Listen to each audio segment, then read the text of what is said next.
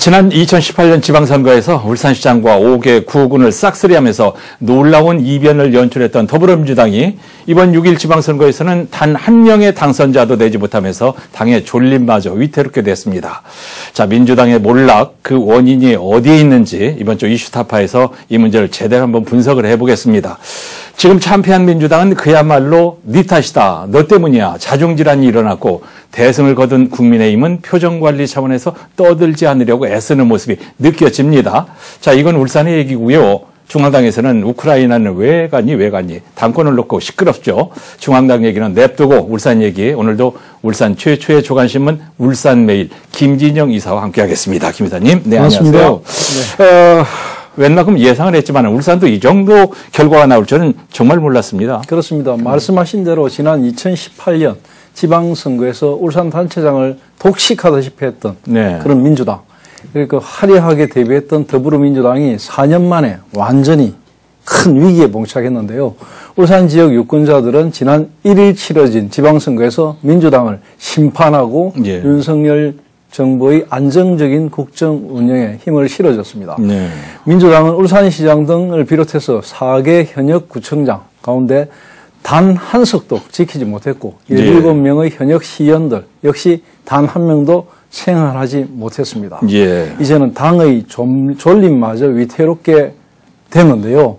시의원 선거에서 민주당은 지역구 그리고 비례대표 이 22명 가운데 비례대표 목 한 석만 건지는데 그쳤습니다. 겨우 비례대표 여성 의원이더라고요. 예, 한 분. 아무리 바람이 거세게 불어도 현역 의원 한 명쯤은 살아날 수도 있겠다 싶었는데 말이죠. 현역 단체장이라든지 아니면 시장 아니면 구청장 적어도 그리고 또 이제 시의회 같으면 현역 재선을 노리는 의원들 한두 명 정도는 살아남지 않을까 이런 생각도 했었는데 정말 대선의 연장전이라는 성격이 강했던 만큼 민주당에서는 스스로 불리한 조건에 놓였다고 판단하면서도 현역 프리미엄의 이점 이 부분을 좀 기대를 한 것 같은데요. 근데 울주군, 북구 등의 현역 구청장들의 승리에 힘을 모으기도 했고 기대도 했는데 뚜껑을 열어보니까 아니었습니다. 이제 국민의힘이 대승할 수 있었던 근거보다도 결과론이지만 민주당이 참패할 수밖에 없었던 원인은 차고 넘치는데 핵심을 한마디로 뭐라고 할 수 있을까요? 핵심은 아무래도 이제 이게 울산뿐만이 아니고 전국적인 상황과 좀 연결을 해봐야 되고요. 그렇습니다. 결국은 이제 지난 4년 동안에 이어졌던 진보 정치에 대한 어떤 실망 그리고 민주당의 내로남불에 대한 심판 이 부분이라고 정리할 수 있겠습니다. 코로나19의 장기화, 조선업 등 지역 주력 산업의 침체로 울산 같은 경우에는 굉장히 경제 불황이 심했거든요. 그러니까 뭐 탈울산도 지속적으로 이루어졌고 이런 부분 때문에 울산 시민들의 표심이 아무래도 좀 흔들렸다고 볼 수 있고요. 또 현역 프리미엄은 되레 마이너스로 작용했다는 분석도 나옵니다. 여기에다가 이제 막 출범한 윤석열 정부의 힘을 실어주려는 정권 안전론 이뿐만이 아니고 대선 패배 이후에도 민주당이 반성하는 모습을 보이거나 성찰하는 모습을 보이기보다는 졌지만 잘 싸웠다는 이런 이상한 오만 그런 부분들에 대한 실망감이 울산 민심의 이탈로 이어진 것으로 보입니다. 현역 시장이 그런대로 일은 열심히 했다는 평가를 받으면서도 맥없이 무너지는 마당에 뭐 구청장도 별 수가 없었다고는 보지만 그래도 울주군이나 북구 같은 경우는 혹시나 하는 재선의 가능성이 점쳐지기도 했는데 역시나 맥없이 무너졌어요. 방금 말씀하신 대로 뭐 울주군이라든지 또 적어도 북구라든지 한두 군데의 구청장들이나 군수는 상당히 기대를 했거든요. 특히 울주군 같은 경우에는 전국 최초로 그 모든 국민에게 10만 원씩의 그 긴급 국민 생활안정지원금을 풀기도 했고요. 그리고 또 이목을 끌기도 했고 전국적인 뉴스들 타기도 했고요. 그리고 상당히 인기도 있었습니다. 그래서 울산이 이재명이다 이런 얘기도 했고요. 울산은 이재명이라는 이야기까지 들을 정도로 굉장히 인기도 있었거든요. 그러니까 울주군에서 가장 젊고 많은 유권자가 있는 범석 같은 경우에는 1,500여 표 정도를 국민의힘 이승걸 후보보다 이선호 현직 군수가 이겼거든요. 이겼는데 다른 데서 너무 차이가 나다 보니까 맥없이 패배했습니다. 또 민주당은 노동자 표심이 강한 북구에서도 내심 재선을 기대했거든요.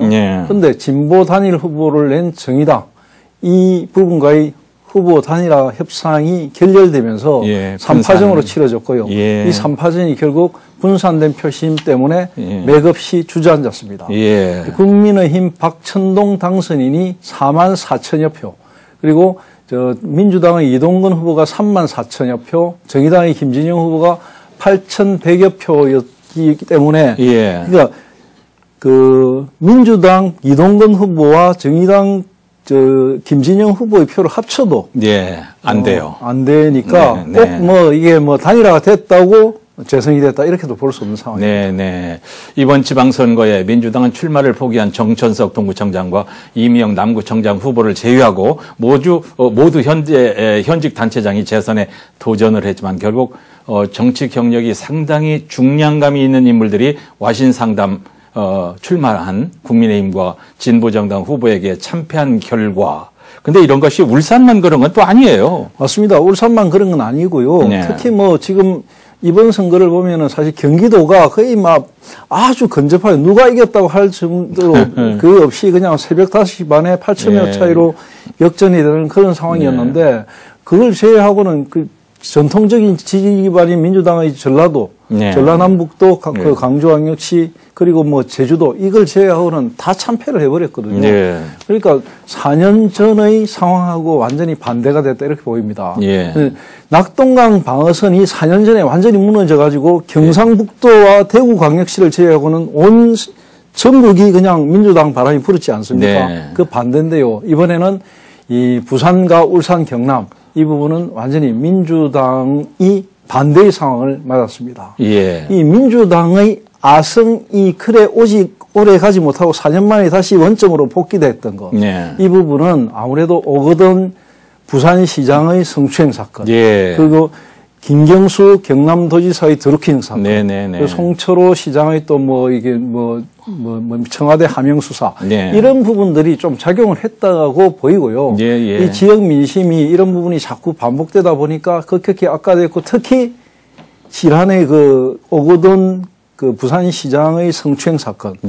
서울의 박원순 시장의 또 성희롱 여러 가지 이야기. 후보 내지 말았어야 된다는 얘기예요. 그래가지고 이제 재보궐선거가 있었는데 이 부분에서 역시 이제 민주당이 후보를 내지 말았어야 되는데 그걸 뚫고 내가지고 이 상황을 자꾸 좀 악화시켰다. 이게 이제 스텝이 꼬이다 보니까 결국은 이제 명분 없는 싸움을 계속 하다 보니까 또 다른 명분을 자꾸 만들어야 되고 이게 또 문제가 됐고요. 특히 이 부산과 울산, 경남 같은 경우에는 또 오거돈이라는 부산시장의 그런 추문도 있었지만 김경수 도지사의 드루킹 사건도 크거든요. 크고 거기에 비하면 또 송철호 시장 사건은 조금 다른 부분이지만 이것도 재판이 진행되면서 여러 가지 또 말들이 흘러나오니까 아무래도 좀 민심 위반이 일어나지 않았나 싶습니다. 그야말로 패착. 지금 말씀하셨는데 오거돈의 성추행, 김경수의 드루킹 사건, 그런 사건하고 송철호 시장의 청와대 선거 개입 의혹 사건은 조금 차원이 다르다고 볼 수도 있는데 어쨌든 임기 내내 발목을 잡았단 말이에요. 자, 민주당이 부울경에서 몰락을 알리기 시작한 게 사실은 지난해 4.7 재보궐선거에서 참패할 때 조금 감이 왔어요. 감이 왔죠. 감이 왔고 그때 긴가민가 했는데 뚜껑을 열고 보니까 완전히 부산과 서울 이 두 대도시의 민심이 확 달라진 걸 느꼈지 않습니까? 그럼 그때부터 이제 더불어민주당 같은 경우에는 좀 전략적으로 다른 모습을 취했어야 되거든요. 그러지 않았다는 겁니다. 그러니까 오거돈 전 시장의 자진 사퇴로 공석이 된 부산시장직을 두고 국민의힘 박형준 후보하고 더불어민주당의 김영춘 후보가 맞붙은 결과인데요. 이것은 민주당이 무려 더블 스코어 가까이 참패를 했거든요. 그 추세가 이번 8회 지방선거에서도 이어져 가지고 부울경에서는 민주당은 완전히 맥을 못 썼습니다. 광역단체장은 단 한 석도 못 가져갔고요. 기초단체장은 전체가 39개의 자리인데 이 가운데 남해 군수 1명만 건지는 굴욕을 맛봤습니다. 그러니까 또 강력의원이라든지 기초의원 같은 득표율은 각각 33%나 31% 정도에 그쳤거든요. 이건 굉장히 큽니다. 특히 부울경에서 유일하게 이제 재보궐선거, 국회의원 선거가 치러졌던 그 선거에서도 창원이거든요. 창원 의창구에서 있었는데 여기서도 국민의힘 그 김영선 후보가 더불어민주당 김지수 후보를 한 25% 가까이 큰 차이로, 큰 스코어로 크네. 대승을 했습니다. 예. 그러니까 국민의힘이 부울경에서는 이번 선거를 통해서 완전히 본 모습을 탈환했다 이렇게 보입니다. 예. 특히 무엇보다 주목할 부분은 이번 지방선거에서 국민의힘이 호남 세 곳, 즉 그 전라남도, 전라북도, 강주광역시 이 세 곳에서 국민의힘이 후보를 냈거든요.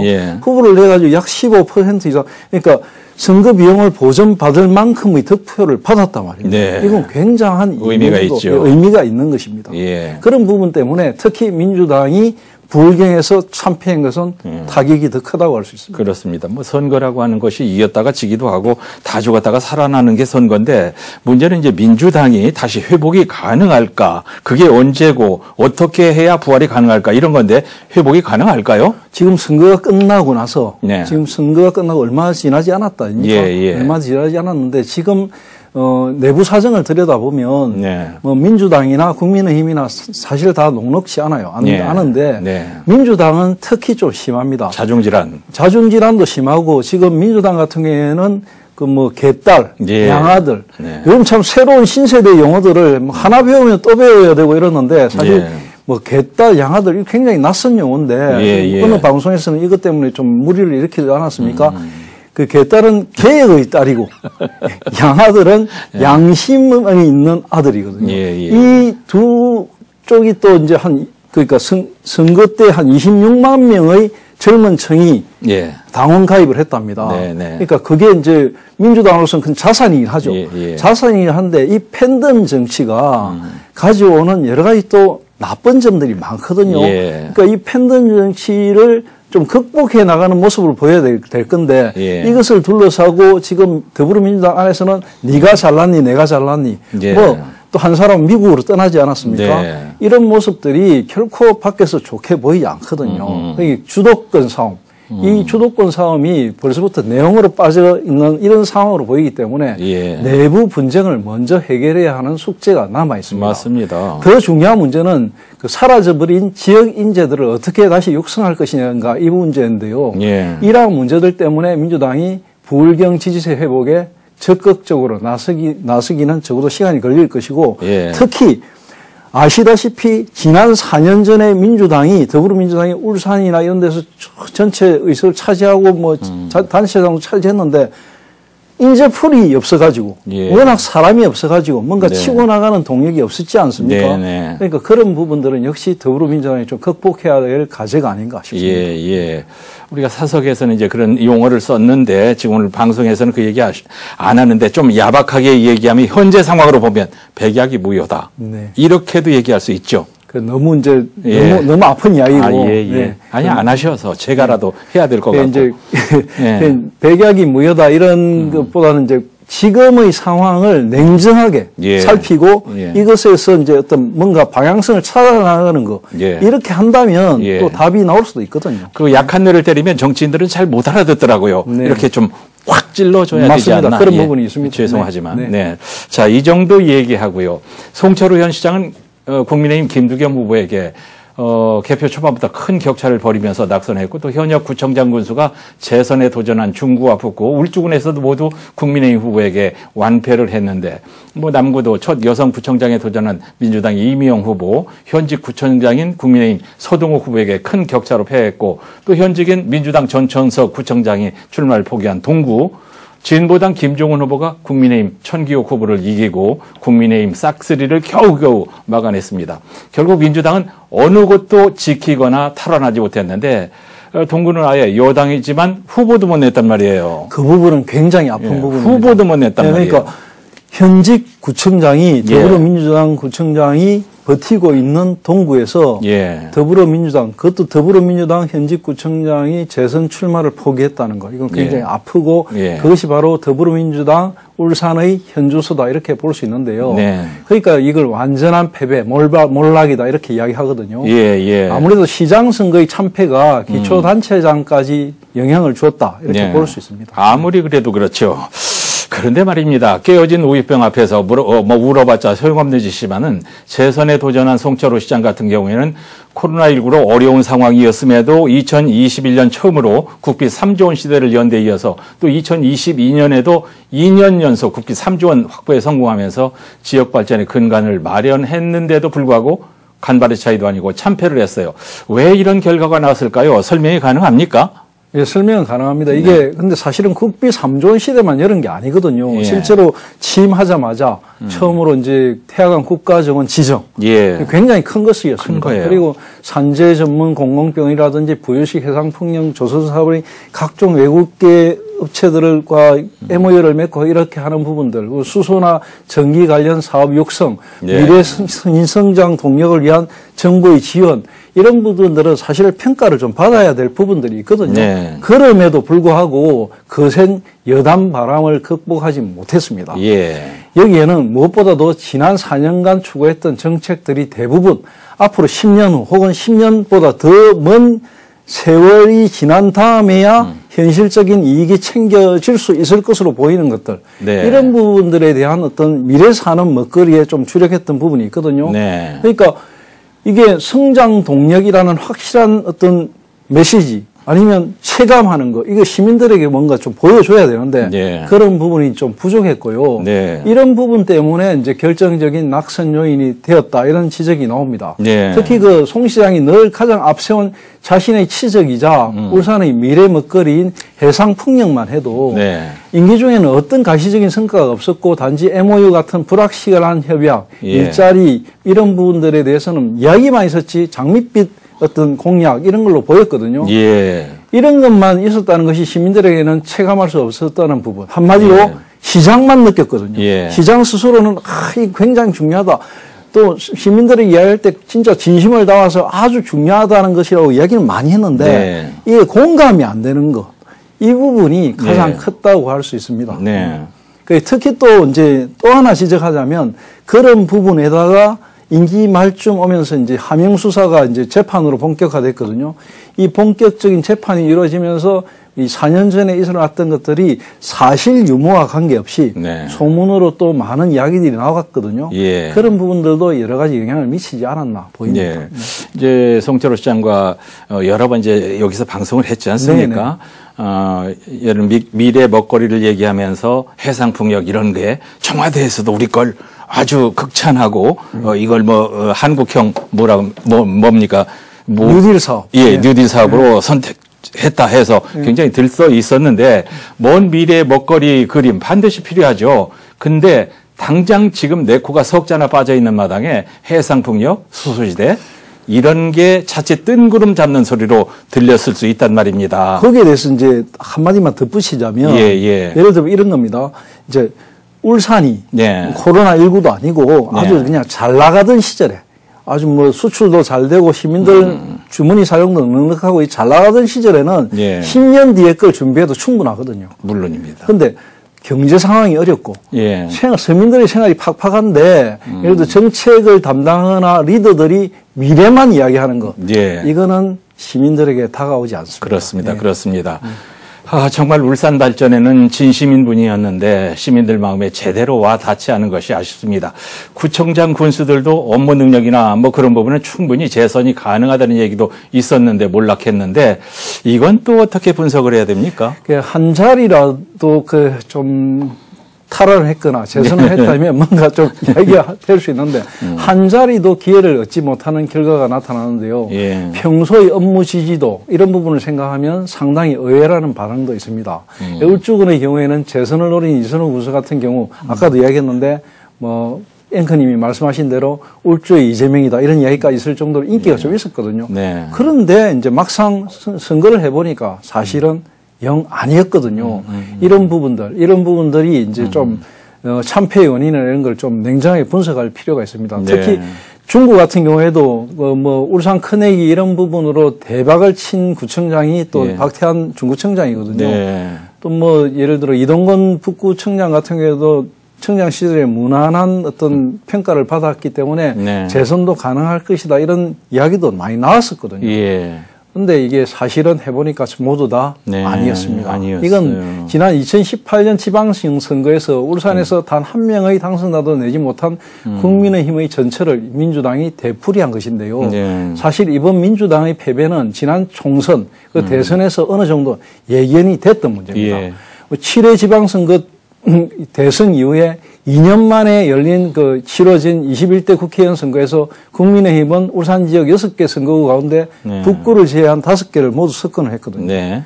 그때 이미 좀 감을 잡았어야 됩니다. 예. 그때부터 감을 잡았어야 되는데 그러지 못했다는 부분.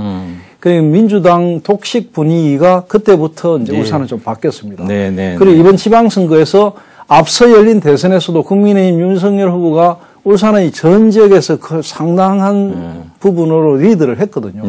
그러니까 그런 표심이 연장될 것이라는 건 누구나 좀 짐작할 수 있었다고 볼 수 있습니다. 예. 뭐 다른 지역은 정권 교체 거센 바람 때문이었다고 치고 울산에서 이와 같은 민주당의 전체적인 몰락 지금 많이 설명을 했습니다마는 그 원인을 좀 정리를 조금 하죠. 예, 그 몰락 자체가 가져온 가장 큰 원인은 아까도 이야기했던 거하고 조금 중복이 되긴 하지만 코로나19로 인한 장기적인 경기 침체. 탈울산이 77개월, 78개월째 계속 이어지고 있거든요. 이런 상황은 시민들에게는 굉장히 심각하게 다가옵니다. 그런 부분, 그리고 울산의 경제 불황, 민주당 지자체의 이딴 선거법 위반 등의 뭐 지역 민심 위반, 거기다가 이번 선거 직전에 벌어진 민주당의 내홍, 그리고 이재명, 송영길 두 지도부의 조기 등판. 실제로 이재명 후보가 다른 전국적인 지원을 못 나갔거든요. 못 나갔음에도 불구하고 울산과 부산과 경남의 일부 지역은 지원을 했습니다. 특히 울산 같은 경우에는 울산시장과 남구청장 지원 유세는 시간을 쪼개가지고 와서 했거든요. 그것이 결코 울산의 경우에는 도움이 되지 않았다. 이렇게 보입니다. 실제로 그 이재명 후보의 경우 그런 부분들도 좀 지적이 되어야 되고요. 그런 부분들과 함께 민주당이 가지고 있던 기본적인 어떤 지금 이번 선거에 임할 때의 어떤 선거의 프레임 자체가 과거의 반성이 아니고 이재명, 송영길 두 사람을 전면에 내세웠다는 게 울산 시민들에게도 영향을 미쳤다고 봅니다. 뭐 저는 이재명 의원이 지원 유세를 했다고 해도 울산에서 이번 선거는 뭐 결과가 달라지지 않았을 것이다 이렇게 생각합니다만, 자 어쨌든 이런 분위기 때문인지는 몰라도 표 분석을 해보니까 진보 정당을 지지하는 유권자들조차 시장 선거에서는 민주당을 지지하지 않았다는 얘기를 하던데 맞나요? 네, 분석을 해보니까 그렇습니다. 6일 지방선거에서 진보정당 후보를 찍은 울산 유권자 상당수가 울산 시장 선거에서는 국민의힘 김두겸 후보를 선택한 것으로 나타나는 분석이 이를 뒷받침하는데요. 자세한 표 분석 내용을 보면은 그 울산의 경우에 북구와 동구에서 2명의 진보정당 계열 기초단체장 후보가 출마하지 않았습니까? 이 그 두 지역은 현대자동차나 중공업이 있기 때문에 노동계의 영향력이 막강한 일종의 진보 메카라 불리는데요.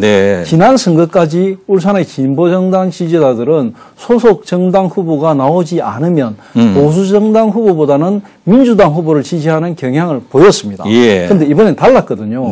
이번 지방선거에서 진보정당 후보들이 출마한 북구와 동구의 경우에는 북구는 민주당 후보와 정의당 후보가 합해서 한 49.39%, 한 4만 3천여 표를 득표했는데 송철호 후보가 북구에서 47% 정도, 4만 1,000표 정도를 득표했습니다. 그러니까 그 표차는 어디로 갔을까? 이 부분은 미루어 짐작해 보면 알 수 있습니다. 알겠습니다. 표 분석을 해보니까 진보의 표심이 시장 선거에서는 달라졌다는 게 드러나는데 이 부분도 참 재미있는 결과로 보입니다. 자, 그렇다면은 이런 부분은 결국 앞으로 4년 뒤에 또다시 국민의힘이 심판을 받을 수도 있다. 이런 얘기로 들리는데요. 네, 맞습니다. 뭐 국민의힘이 4년 후에 똑같이 민주당과 같은 처지가 될 수 있다는 게 이번 선거에서 그대로 드러났거든요. 결국은 이제 이런 더불어민주당의 모렴치, 오만, 내로남불 이런 것들이 대선에 졌는데도 잘 싸웠다고 자의하는 열배번적인 태도, 이런 부분들은 민심은 가만히 있지 않다는 의미입니다. 결국은 시간이 조금 지나가면 언제 그랬냐는 듯이 원점으로 돌아가는 이 정치인들의 태도, 이 대행적인 태도, 그리고 처음에는 열심히 하겠다, 과거와 달라지겠다 이야기하지만 한 달도 안 가서 달라지는 모습. 지금 국민의힘이 중앙당 경우에는 대표하고 원로가 뭐 서로 싸우고 이런 상황이 벌어지고 있거든요. 네, 이런 네. 모습들이 결국 유권자들, 민심은 가만 놔두지 않는다는 거. 예. 굉장히 심각하게 받아들여야 할 것입니다. 맞습니다. 우리나라 정치인들 맨날 하는 소리가 있지요. 초심으로 돌아간다. 준엄한 채찍으로 받아들인다. 환골탈퇴하겠다 해놓고 뭐 촌사람 맹세가 사흘을 못 넘긴다는 말이 있는데 들뜨지 말고 잘 해야 합니다. 정리하시죠. 네, 말씀대로 시간이 조금만 지나면은 네. 항상 정치가 원점으로 돌아오는 이게 너무나 유권자들 입장, 일반 국민들 입장에서는 참 안타깝거든요. 예. 안타까운 것이 4년마다 반복되는 이런 상황. 네. 이 정치의 건강성을 위해서 여러 가지 어떤 여야가 바뀌고 이런 거는 분명히 좀 좋은 측면도 있지만 네. 너무 자주 바뀌어버리면 네, 네, 칙상해집니다. 네. 그러니까 정치권은 이번 선거 결과를 반드시 예. 가슴에 새기고 4년 후에 똑같은 일이 벌어지지 않도록 예. 앞으로의 4년 동안 열심히 민생을 위해서 예. 유권자를 위해서 잘 정치를 해주길 바랍니다. 예, 오늘 쓴소리를 너무 많이 해서 죄송합니다.